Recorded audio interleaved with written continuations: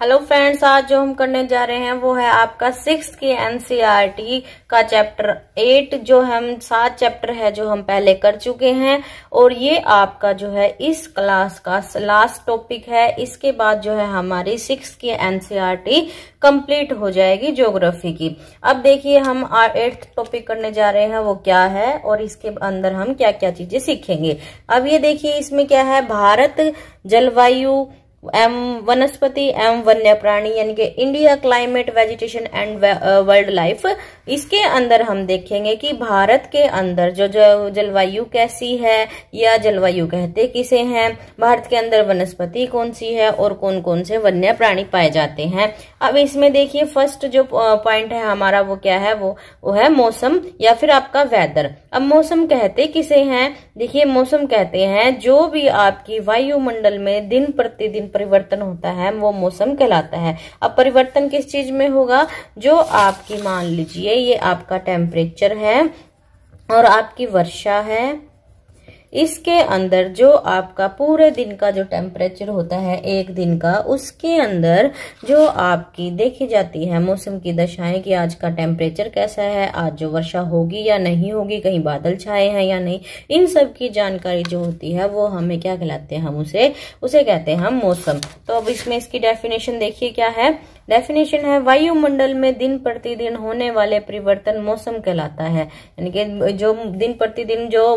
परिवर्तन होता है उसे क्या कहते हैं, हम मौसम कहते हैं। और इसमें कौन कौन से तत्व शामिल होते हैं, इसमें शामिल होते हैं, इसमें तापमान, वर्षा एवं सूर्य का विकिरण आदि शामिल होते हैं। तो अब इसके बाद आप देखिए कि जो भारत में है अलग अलग प्रकार के मौसम पाए जाते हैं, वो कैसे हैं। अब नेक्स्ट पॉइंट देखिए, सामान्यतः भारत के प्रमुख मौसम होते हैं वो कितने प्रकार के और कैसे कैसे होते हैं। आपको अगर याद है तो हमने एक चैप्टर किया था जो आपका था पृथ्वी की जो आपकी गतियां है या फिर आपका मोशन ऑफ द अर्थ, ये टॉपिक हमने किया था। उसमें आपको इस जो आगे जो बताया जाएगा उसके बारे में कंप्लीट अच्छे से बताया था कि उसमें डायग्राम दिखाया गया था आपकी बुक में से कि कैसे जो है पृथ्वी की जो आपकी दो गतियां होती है, घूर्णन और परिक्रमण, यानी कि जो आपकी रोटेशन और रिवोल्यूशन। इसके अंदर आपने देखा था कि जो आपकी रिवोल्यूशन थी उसमें रिवोल्यूशन के अंदर जो आपकी सभी वो क्या है मौसमी घटनाएं उसके द्वारा या मौसम जो परिवर्तन है, ऋतु परिवर्तन है जो आपका परिक्रमण गति या फिर आपकी रिवोल्यूशन गति के कारण हो रहा था। तो वो उसमें आपको बता रखा था कि डेट भी कौन कौन सी डेट पर जो है पृथ्वी अपने इस पर जो घूम रही है वो कहाँ कहाँ कैसे कैसे कौन कौन से नॉर्थ में या साउथ में कैसे पहुंचेगी, कौन कौन सी डेट को पहुंचेगी, वहां ये चीज आप वहां से अच्छे से कर लीजिए। और बाकी जो मोटा मोटा है वो यहाँ बताया जा रहा है। उसमें देखिए अब आपका दिसंबर से जो है आपकी फरवरी तक का जो मौसम है वो क्या कहलाता है, आपका ठंडा मौसम या फिर आपकी सर्दी या विंटर कहते हैं उसे। मार्च से जो आपका मई तक का जो मौसम है उसको क्या कहेंगे हम, गर्म मौसम या गर्मी या फिर आपका समर। नेक्स्ट देखिए, नेक्स्ट जो है आपका जून से लेकर सितंबर तक का जो मौसम होता है उसको हम कहते हैं दक्षिण पश्चिमी मानसून का मौसम या फिर आपका वर्षा या रेनी मौसम। इसको आपने देखा है जो आपका कई बार पेपर में क्वेश्चन आता है कि जो आपकी जो भारत में जो मौसम में जो परिवर्तन होता है या फिर जो भारत में वर्षा होती है वो किस कारण से होती है, वो आपकी होती है दक्षिण पश्चिम मानसून के कारण होती है कि जो आपकी साउथ से आने वाली जो हवाएं हैं उनके कारण जो है मौसमी घटनाएं में परिवर्तन होता है और मानसून हमारे यहाँ आता है। उसके बाद आप देखेंगे अक्टूबर टू नवंबर। और इसमें एक चीज ये भी ध्यान रखने की बात है कि आपसे पूछा जाता है कि जो भारत में जो है वर्षा कौन सी पवनों के द्वारा होती है, तो आप आंसर करेंगे साउथ वेस्ट मानसून के द्वारा जो है हमारी वर्षा होती है। इसमें नेक्स्ट देखिए अक्टूबर टू नवंबर। अक्टूबर से नवंबर का जो मंथ है वो क्या है, यहाँ तो क्या है मानसून आया और इसमें क्या है अक्टूबर और नवंबर में मानसून फिर वापस जाता है, यानी कि मानसून के लौटने का समय जो होता है और उसके मानसून जब लौट जाती है यानी कि वर्षा ऋतु जब खत्म हो जाती है फिर दोबारा से क्या है शरद ऋतु आ जाती है या आपका ऑटम आ जाता है। नेक्स्ट देखिए शीत ऋतु। अब शीत ऋतु में क्या होगा, जो आपका कोल्ड वेदर सीजन और विंटर। इसमें देखिए क्या है, ठंडे मौसम में सूर्य की किरणें जो है सीधी नहीं पड़ती, जिसके परिणाम स्वरूप उत्तर भारत का तापमान कम हो जाता है। अब आपको एक चीज पता है कि जो हमने देखी थी कि जो आपका दिसंबर का महीना आता है, दिसंबर के महीने में क्या होती है, जैसे ये आपका क्या है, सूर्य है। दिसंबर के महीने में सूर्य की किरणें जो है हमारी, ये मान लो हमारी अर्थ है, ये हमारा सन है, ये जो सूर्य की किरणें हैं यहाँ पर बिल्कुल तिरछी पड़ती है और जो क्या है पूरा प्रकाश जो है इन जगहों पर नहीं पहुंच पाता। तो क्या होता है हमारे उत्तरी गोलार्ध में उस समय फिर क्या है, बिल्कुल जो है सर्दी होती है, सूर्य का प्रकाश पूरा नहीं पहुंच पाता। नेक्स्ट देखिए, नेक्स्ट है आपका ग्रीष्म ऋतु या हॉट वेदर सीजन और समर। इसमें देखिए क्या है, गर्मी के मौसम में सूर्य की किरणें, अधिकांश किरणें जो है सीधी पड़ती है और तापमान बहुत अधिक हो जाता है। अब देखिए ये जो दिसंबर का महीना था यहाँ तो क्या है तिरछी पड़ रही है, लेकिन जैसे जब गर्मी का महीना होता है तो क्या है आपका जो सूर्य की किरणें हैं बिल्कुल सीधी पड़ती है, जिससे क्या है ये जो है उष्णकटिबंध जो इसका है एरिया, वहां जो है ये सूर्य की किरणें सीधी पड़ने से और वहां जो उत्तरी गोलार्ध में फिर गर्मी हो जाएगी ग्रीष्म ऋतु में, जब सूर्य की किरणें सीधी पड़ेंगी। दिन के समय गर्म एवं शुष्क पवन बहती है जिसे लू कहा जाता है। तो जो इस गर्मी के मौसम में चलने वाले जो इंडिया के अंदर या आपके पाकिस्तान में भी कह सकते हैं, इंडिया और पाकिस्तान के अंदर जो है आपकी एक हवा चलती है, पवन चलती है, उसको हम क्या कहते हैं, लू कहते हैं, वो गर्म और शुष्क होती है। नेक्स्ट देखिए दक्षिण पश्चिमी मानसून या फिर आपका वर्षा का मौसम। इसमें क्या देखेंगे कि यह मानसून के आने का और आगे बढ़ने का मौसम है। इसमें क्या है, मानसून आएगी और एक जगह जहां आई है वहां से चलना स्टार्ट करेगी और पूरे इंडिया के अंदर बारिश करेगी। इसको समझते हैं। देखिए मान लीजिए ये आपका इंडिया है, क्योंकि जो आपका इंडिया है वो उसमें साउथ की साइड से ही क्या है जो हमारी दक्षिण पश्चिमी मानसून पवनें आती है। अब इसमें देखिए यहाँ क्या है, हमारा अरब सागर है और इधर क्या है, बंगाल की खाड़ी है। बंगाल की खाड़ी या बे ऑफ बंगाल, इसमें देखेंगे आप तो क्या है, यहाँ से जो पवनें उठ रही है अरब सागर से और इस डायरेक्शन में जा रही है, दोनों तरफ बंगाल और इंडिया की तरफ आ रही है। इंडिया की तरफ आने के बाद क्या है, यहाँ आपका क्या है, पश्चिमी घाट है।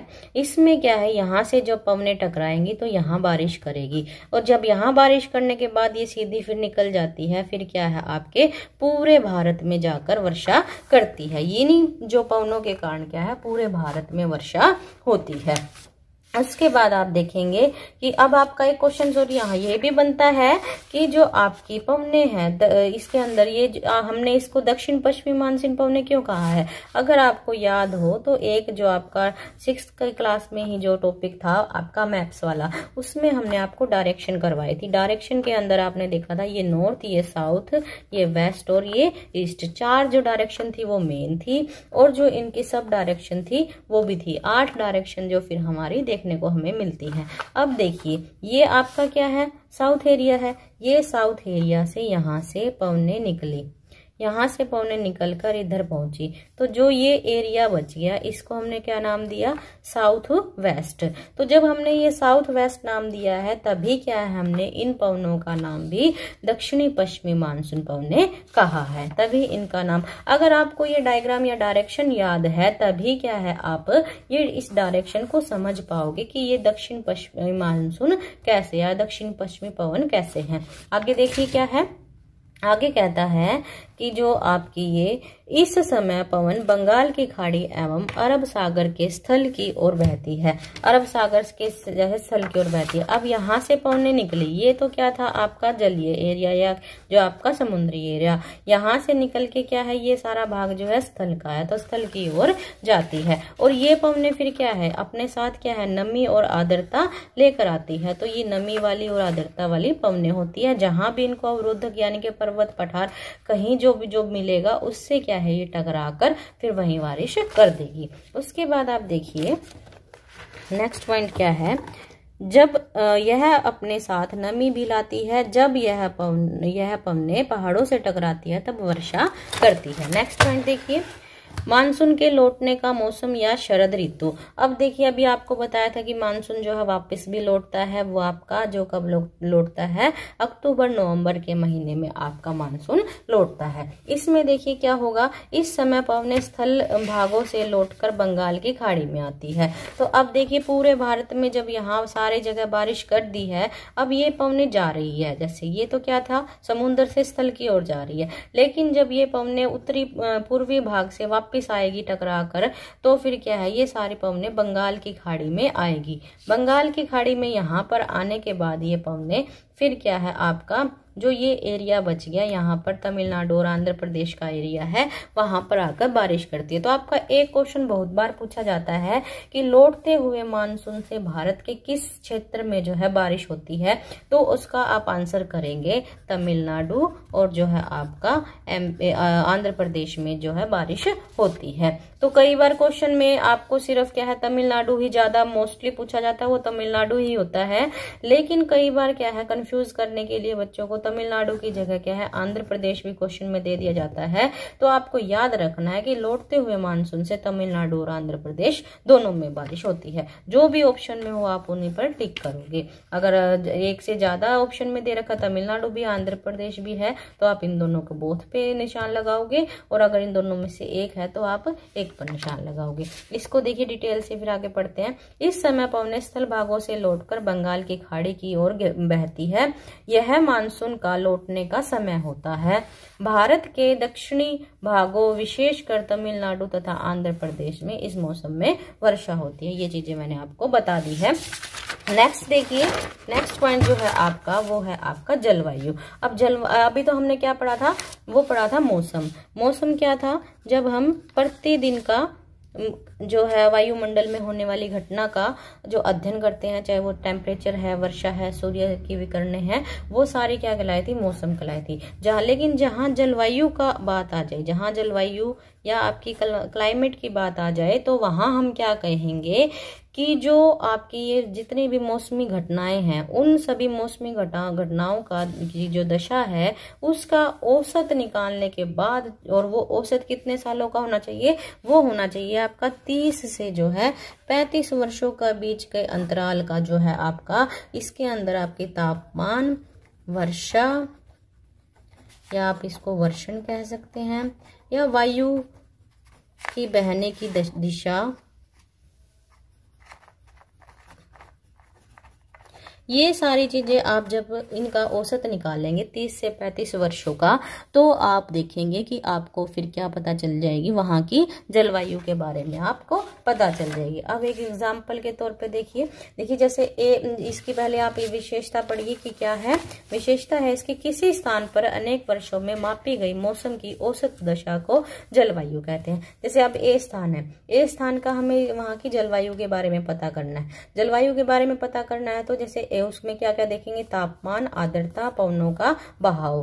पवनों का बहाव जब हम देखेंगे तो उसमें उसके अंदर आप देखिए 30 से 40 सालों का जो औसत होगा, इन सभी चीजों का मिलाकर, तापमान, वर्षा और वर्षण का मिलाके, तभी क्या है हम एक निकाल पाएंगे कि उस एरिया की या उस क्षेत्र की जलवायु कैसी है। अब हम कई बार देखते हैं कि जब हमें देखते हैं कि आज मौसम ठंडा है या आज मौसम गर्म है, आज का दिन जो है गर्म है या ठंडा है, तो हम उसे क्या कहते हैं, हम उसे कहेंगे कि आज जो मौसम है गर्म था या फिर आपका ठंडा था। लेकिन जब हम वहां की जलवायु के बारे में बात करते हैं तो जलवायु के बारे में हमें कहना पड़ता है कि जब इतने 30 से 40 सालों के अंदर जो मौसम की दशाएं होती हैं, उनका औसत निकालने के बाद जो हमारे पास रिजल्ट आता है, तब हम वहां की जलवायु डिफाइन कर पाते हैं। और इसमें एक बात देखिए कि हम कभी भी ये नहीं कहते कि भारत का मौसम मानसूनी है, क्योंकि जो मौसम होता है वो कुछ समय की बात होती है, और जलवायु जो होती है वो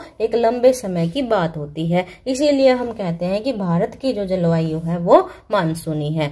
इसके बाद नेक्स्ट देखिए आप, मानसून शब्द अरबी भाषा के मौसम से लिया गया है, जिसका अर्थ है मौसम।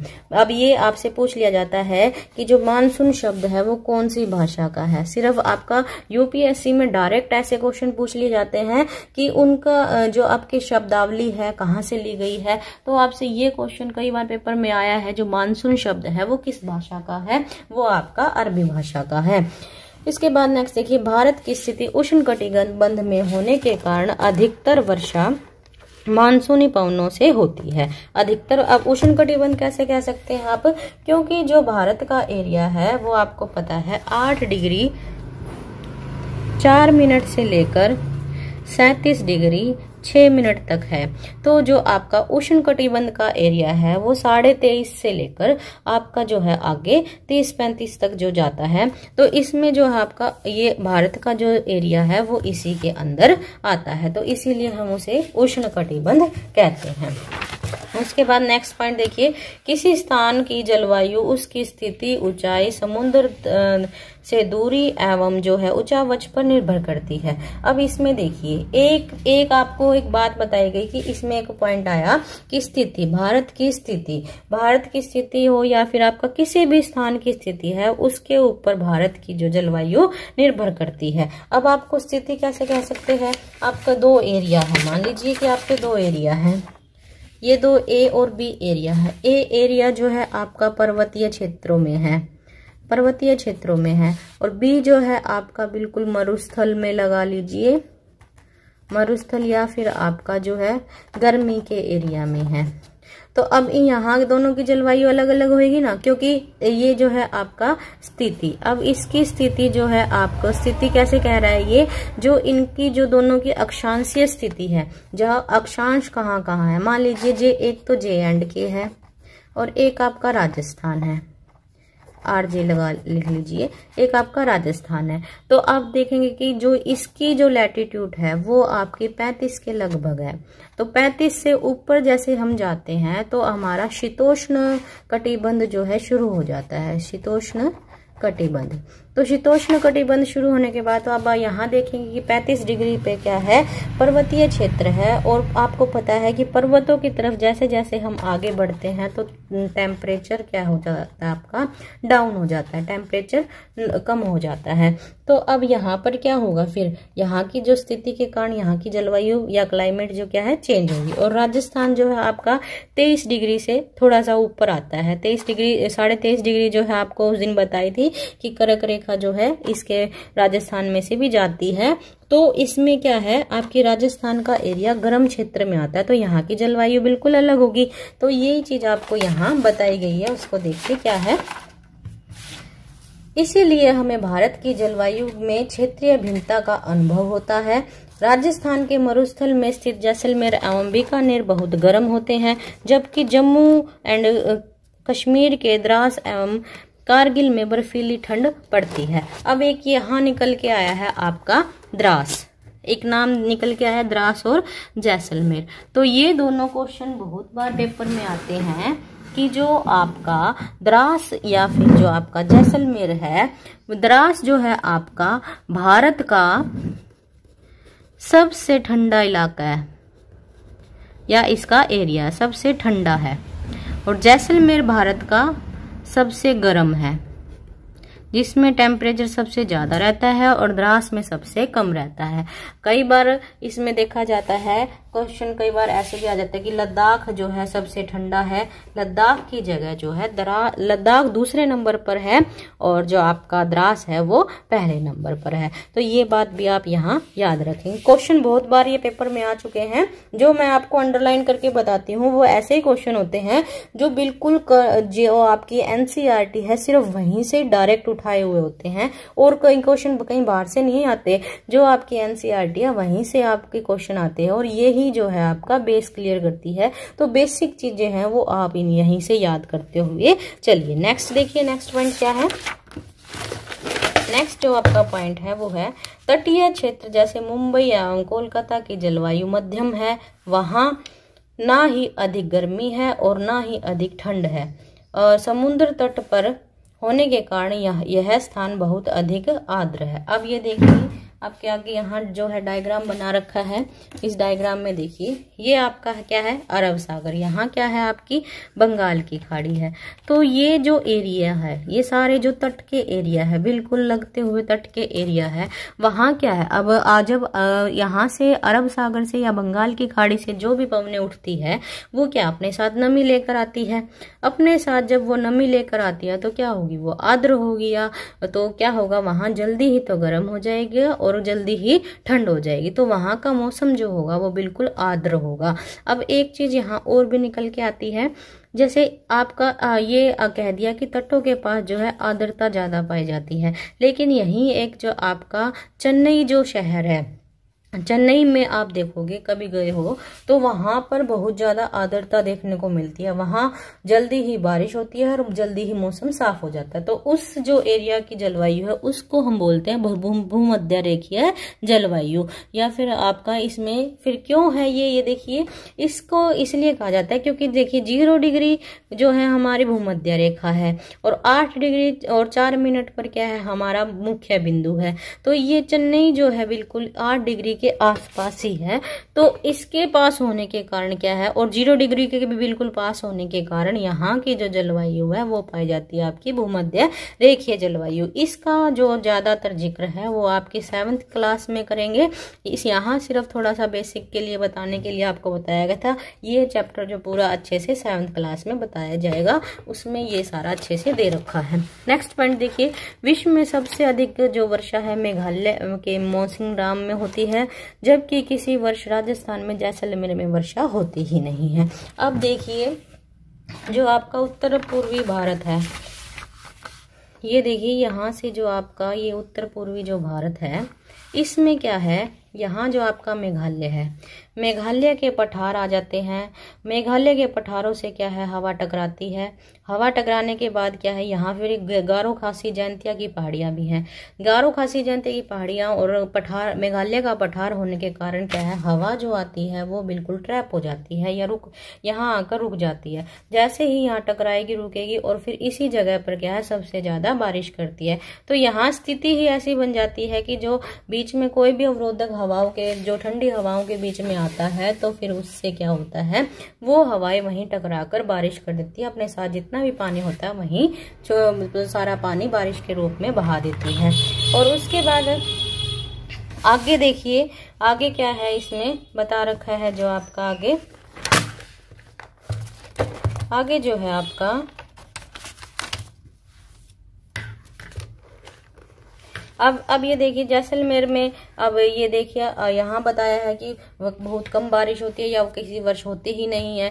तो जैसलमेर जो है आपका राजस्थान, वो बिल्कुल मरुस्थल एरिया में है।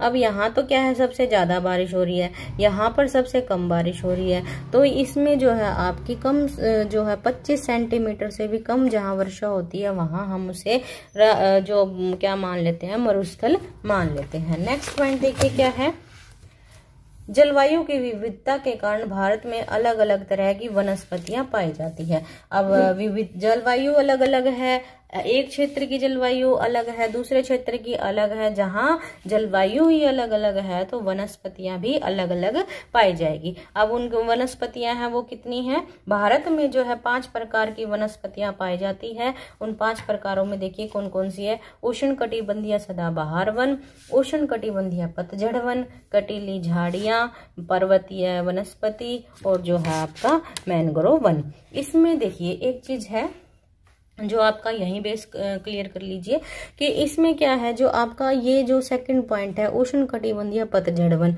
ये पेपर में बहुत बार आता है कि जो भारत में है सबसे ज्यादा किस प्रकार की वनस्पति पाई जाती है। तो आप देखेंगे कि वहां पर जो है आपको उष्ण कटिबंधीय पतझड़ वन पाए जाते हैं। और इनकी बाकी की सभी की डिटेल क्या है हम एक एक करके देखेंगे। और कटीले जो है आपके मरुस्थलीय एरिया में पाए जाते हैं, मैनग्रोव जो है आपके तटीय क्षेत्रों के पास पाए जाते हैं, पर्वतीय वनस्पति तो आपको पता ही है कि पर्वतों में ही पाई जाएगी, और उष्ण कटिबंधीय सदाबहार वन है वो आपके जो है जो आपका पर्वतीय हिमालय वाले क्षेत्र में पाई जाती है, और या फिर आपका पश्चिमी घाट पर पाई जाती है। नेक्स्ट आगे पॉइंट देखिए, इनको एक एक को डिटेल से करते हैं। उष्णकटिबंधीय सदाबहार वन। अब ये सोचेंगे कि सदाबहार क्या होते हैं। सदाबहार के अंदर जो आप देखेंगे कि सदाबहार जो है हमेशा ही हरे भरे रहने वाले वनों को क्या है, हम सदाबहार कहते हैं। इनके ऊपर हमेशा ही पत्तियां आपको दिखाई देगी और ग्रीन पत्तियां ही दिखाई देंगी। तो देखिए आपके जो सदाबहार वन है वो किस प्रकार के होते हैं। वो कुछ इस प्रकार के होते हैं कि हर जगह जो है बिल्कुल हरे भरे और कहीं भी बिल्कुल गैप नहीं है। इनके अंदर बहुत गहरे होते हैं, घने होते हैं। इनको हम क्या बोलते हैं, फिर सदाबहार वन बोलते हैं। अब देखिए एक एक करके इनकी विशेषता ये हम कर चुके हैं कि उष्णकटिबंधीय सदाबहार वन उन क्षेत्रों में पाए जाते हैं जहां वर्षा भी अधिक होती है। तो पर्वतीय क्षेत्रों में पाए जाते हैं तो वहां क्या है, आपकी वर्षा भी ज्यादा होती है। उसके बाद देखिए यह इतने घने होते हैं कि सूर्य का प्रकाश जमीन तक पहुंच ही नहीं पाता। जो हमने अभी अभी डायग्राम देखा तो उसमें क्या था, इतने घने हैं कि दिखाई कुछ नीचे दिखाई ही नहीं देता। जो पेड़ पौधे हैं वही इतने गहरे हैं जिससे क्या है, सूर्य का प्रकाश जमीन पर नहीं पहुंच पाता। नेक्स्ट देखिए वृक्षों की अनेक प्रजातियां इन वनों में पाई जाती हैं। इतने सारे वृक्ष अलग अलग प्रजातियों के यहाँ पाए जाते हैं। यह वर्ष के अलग अलग समय में अपनी पत्तियां गिराते हैं, इस कारण यह हरे भरे दिखाई देते हैं, इसीलिए इन्हें सदाबहार कहते हैं। अब जैसे मान लीजिए कि आपके ये जो है 10 वृक्ष हैं, 10 वृक्ष अलग अलग हैं, तो क्या होगा कि आपका ये अगर पत्तियां गिरा रहा है तो ये पत्तियां नहीं गिराएगा, जिससे कि अगर ये पत्तियां गिरा रहा है तो इससे अगले वाला नहीं गिराएगा।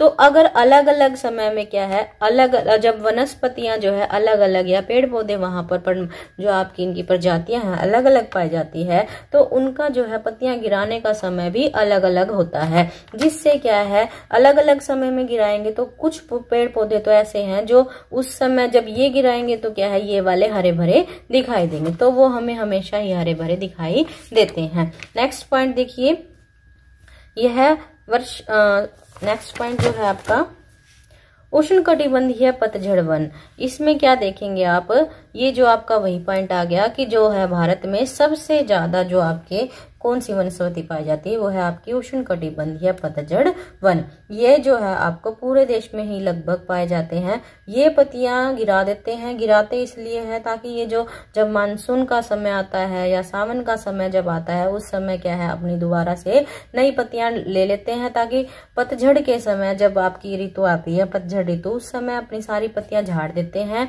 पत्तियां झाड़ने के बाद ये उस क्यों झाड़ते हैं, क्योंकि ये जितना पानी जो भी इनको मिल सकता है उतना पानी अपने अंदर अब्जॉर्ब कर ले, ताकि उनको नई पत्तियां उगाने में समय ना लगे या फिर वो अपनी अच्छे से नई पत्तियां उगा सके। इसमें देखिए क्या है, यह हमारे देश के बहुत बड़े भाग में पाए जाते हैं। इन वनों को जो है मानसूनी वन कहा जाता है। यह कम घने होते हैं और वर्ष में एक निश्चित समय में क्या है, अपनी पत्तियां गिरा देते थे। अब सदाबहार वन है जो वो अलग अलग समय में गिराते हैं, लेकिन ये एक ही साथ जो है अपनी पत्तियां गिरा देते हैं। इन वनों में पाए जाने वाले पेड़ जो है साल, शीशम और सागौन है। अब ये चीजें आपने इंडिया के अंदर ये चीजें अगर नहीं देखी है किसी ने, साल सागौन के बारे में नहीं जानते, लेकिन नीम के बारे में तो हमारे यहाँ इंडिया में बच्चा बच्चा जानता है। तो नीम जो ऐसा पेड़ है जो पतझड़ीय वन है या उष्णकटिबंधीय पतझड़ वन है। नेक्स्ट देखिए आपका क्या है, कटीली झाड़ियां। इस प्रकार की झाड़ियां जो है आपको मरुस्थल में ही ज्यादातर देखने को मिलती है, या फिर वहां जहां पर टेम्परेचर बहुत ज्यादा होता है, गर्मी का मौसम बहुत ज्यादा रहता है। इसमें देखिए क्या है, इस प्रकार की वनस्पति देश के शुष्क भागों में पाई जाती है। पानी की क्षति को कम करने के लिए इनकी पत्तियां बड़े बड़े कांटे होते हैं। इनकी पत्तियों की जगह क्या होगा, वहां पर बड़े बड़े कांटे होंगे। अब इसमें एक डायग्राम में देखिए कि डायग्राम में देखिए आपको बता रखा है। देखिए अब ये देखिए, ये जो आपका राजस्थान का सा सीन दिखा रखा है, क्योंकि यहाँ पर ऊंट भी है। तो ये आपका जो रेगिस्तान का एरिया है, ज्यादा धूप का एरिया है, ज्यादा तापमान का एरिया है, वहां पर ये वनस्पति आपको देखने को मिल जाएगी। इस तरह की जो है कैरेक्टर्स के पाए जाएंगे, और कैरेक्टर्स की ये देखिए आपको यहाँ पर दिखा भी रखे हैं। आगे देखिए नेक्स्ट पॉइंट क्या है, इनके महत्वपूर्ण पेड़ कैक्टस, खेर, बबूल, कीकर आदि होते हैं। यह राजस्थान, पंजाब, हरियाणा और पश्चिमी घाट के पूर्वी ढालों पर पाए जाते हैं। तो राजस्थान तो जो बिल्कुल ही मरुस्थल है, और राजस्थान के साथ लगता हुआ पंजाब का एरिया भी और हरियाणा का एरिया भी है। तो यहाँ पर क्या है, क्लाइमेट कंडीशन ऐसी है, यहाँ पर जो वर्षा बहुत कम होती है, 25 से 50 सेंटीमीटर। जहाँ 25 से 50 सेंटीमीटर के बीच में वर्षा होगी, वहां पर क्या है आपका ये कैक्टस या फिर जो आपके कटीली झाड़ियां पाई जाती है। नेक्स्ट पॉइंट देखिए, पर्वतीय वनस्पति। पर्वतीय वनस्पति में देखिए, पर्वतों में ऊंचाई के अनुसार वनस्पतियों के विभिन्न प्रकार पाए जाते हैं। ऊंचाई बढ़ने के साथ साथ तापमान में कमी आती है, ये बात हम पहले डिस्कस कर चुके हैं। समुद्र तल से 1500 से लेकर 2500 मीटर की ऊंचाई के बीच पेड़ों का आकार शंकुआकार होता है। यह पौधे शंकुधारी वृक्ष कहे जाते हैं। इन वनों में महत्वपूर्ण वृक्ष जो है चीड़, पाइन और देवदार है। अब इसमें देखिए, जैसे आपका पर्वतीय क्षेत्र है, वहां पर क्या है, हमेशा बर्फ गिरती रहती है। वहां की क्लाइमेट ऐसी है कि बर्फ गिरती रहती है। अब जब बर्फ गिरती है तो क्या है, ये जैसे यहाँ इधर दो सारी साइड जो है बर्फ गिरी, लेकिन इसका जो पेड़ का आकार ही ऐसा है, शंकुआकार है। शंकुआकार होने के कारण क्या है, सारी बर्फ जो है नीचे ही आ जाएगी जमीन पर और पेड़ पर नहीं रुकेगी। अगर इस तरह के पेड़ होते वहां उस इलाके में या उस एरिया में, तो क्या होता है, जैसे ये आपको टहनी गिरी हुई दिखाई दे रही है, तो इस तरह यहाँ से बर्फ गिर रही है तो वो साइडों की जो है टहनियां या उनकी डालियों को तोड़ देती। इससे क्या है, अब जो देखिए प्रकृति का कितना अच्छा अनुकूलन है, चाहे वो पशु पक्षी क्यों ना हो, इंसान क्यों ना हो, या फिर आपके पेड़ पौधे ही क्यों ना है, वो भी क्या है प्रकृति के साथ अपना अनुकूलन बना लेते हैं। और देखिए ये अपने आप ही क्या है इस तरह की शेप के वृक्ष बन जाते हैं वहां पर। नेक्स्ट देखिए, नेक्स्ट है आपका मैनग्रोव वन। जो मैनग्रोव वन है वो क्या है, आपको आपने पढ़ा था कि सुंदरवन का डेल्टा पढ़ा था, ब्रह्मपुत्र और गंगा मिलकर जो है जो आपकी डेल्टा बनाती है, और उस डेल्टा के अंदर ही क्या है जो आपके सुंदरवन पाए जाते हैं। इसके अंदर आपने देखिए कि क्या है, जो वन पानी में पनपते हैं, जो ये पानी में ही पनपते हैं, और इस प्रकार के देखिए ये जाल बना लेते हैं, अपनी जड़ों से क्या है एक दूसरे के बीच में घुस जाते हैं। इनको हम क्या बोलेंगे फिर, मैनग्रोव वन बोलते हैं। और ये खारे पानी में भी रह सकते हैं, क्योंकि जो है बंगाल की खाड़ी का जो बंगाल, पश्चिम बंगाल में या बांग्लादेश में जो सबसे बड़ा जो डेल्टा, ये सुंदरवन का जो डेल्टा है, वहां पर क्या है ये नदियों का सिर्फ मीठा पानी ही नहीं, वहां पर क्या है जो आपकी बंगाल की खाड़ी है, समुद्र का पानी लगता है, तो वो उसका पानी खारा भी हो सकता है। तो ये दोनों स्थिति में रह सकते हैं, खारे पानी में भी और मीठे पानी में भी। यह मुख्यतः पश्चिम बंगाल के सुंदरवन एवं अंडमान निकोबार के द्वीप समूह में पाए जाते हैं। तो ये आपकी जो स्थिति है कहाँ पाई जाती है, ये जो आपकी वनस्पति है, जो आपका पश्चिम बंगाल के सुंदरवन और जो आपका अंडमान निकोबार द्वीप समूह में पाए जाते हैं। तो आपका ये टॉपिक जो है यहीं समाप्त हुआ है। इसके साथ साथ आपकी जो एनसीईआरटी 6th की ज्योग्राफी है वो भी समाप्त हो गई है। आगे जब हम नेक्स्ट करेंगे वो आपकी होगी 7th की ज्योग्राफी, या 7th की जो एनसीईआरटी की बुक है उसको पढ़ेंगे। आई होप कि आपको ये 6th की जो है बुक मैंने करवाई है तो आपको अच्छे से समझ में आई होगी। तो इसीलिए क्या है, आप मेरे चैनल को लाइक, शेयर और सब्सक्राइब कीजिए, और जितना हो सके इसको आगे से आगे फॉलो करते रहिए। Thank you for watching my video.